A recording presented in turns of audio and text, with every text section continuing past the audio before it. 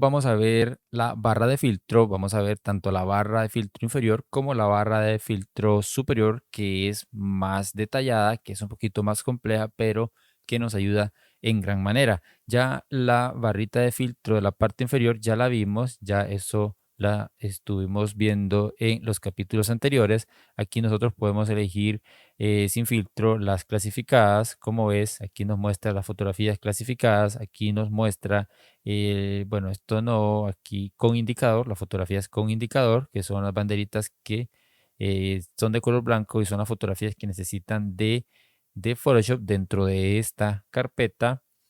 También podemos decirle que nos muestre filtros, vamos a ver, podría ser filtros desactivados, no, puede ser clasificados y aquí tenemos todas estas opciones. Esta foto la voy a quitar de colección rápida porque no la quiero en este momento y lo normal es que lo dejemos esto sin clasificar para que nosotros lo hagamos de una forma manual desde cada uno de estos filtros. Pero ahora nos vamos a ir aquí a lo que es la barra de filtro en la parte superior. Como ves, son los mismos caracteres que aparecen abajo, los vemos aquí arriba. Aquí nosotros podemos ver estos tres puntitos, estos tres sí, que rectángulos.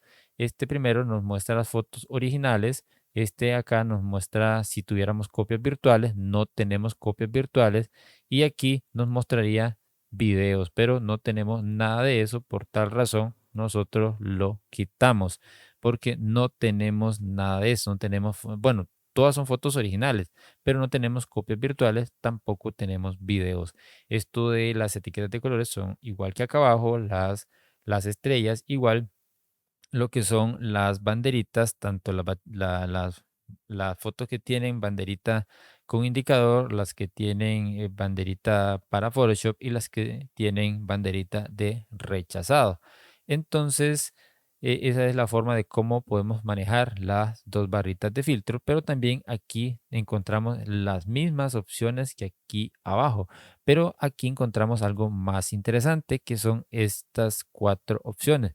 Cuando nosotros le damos en ninguno, no tenemos ningún metadato, ninguna información. Si le damos en metadatos, aquí nosotros nos damos cuenta que tenemos mucha información. Si yo selecciono esta fotografía, aquí, bueno, no me está dando ninguna información, pero me está diciendo Lightroom a través de metadatos que esta carpeta de fotografías fue tomada.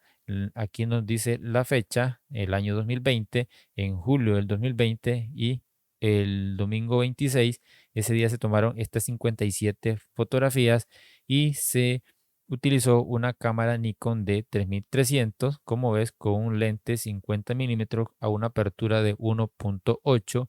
Y aquí me dice las etiquetas que tienen, más bien sí, las etiquetas que tienen las fotografías. De momento tienen etiquetas amarillas que recuerda que son las fotografías que están listas para impresión y las que tienen etiquetas verdes, que son las que están preparadas para ofrecérseles al cliente como adicionales. Y aquí nos dice las fotografías que no tienen ningún tipo de etiqueta. Esto es muy importante. Como ves, es una barra más detallada que la barrita de filtros inferior. Ahora nos vamos a venir aquí a todos para que nos muestre todos y luego nos vamos a venir aquí a atributos y en atributos es donde ya estábamos, que es parecida a la barrita inferior. Aquí tenemos esta opción de texto y esta opción nos va a servir cuando nosotros utilicemos algún programa o alguna plataforma para enviarle las fotografías a elegir al cliente. Por ejemplo, yo tengo, déjame ver, esta plataforma, por cierto, tengo un curso de Pixiesit para que le eches un vistazo. Es una super plataforma pensada para fotógrafos y esta plataforma funciona para enviarle fotografías al cliente, fotografías que vaya a elegir. Por ejemplo, vamos a ver, puede ser de esta sesión. Si yo la abro, si abro esta sesión y me vengo aquí a esta opción de actividades, me voy a venir aquí a favoritas. Este no es un curso, esto que te estoy enseñando, pero sí tengo un curso de Pixiesit para que le eches un vistazo.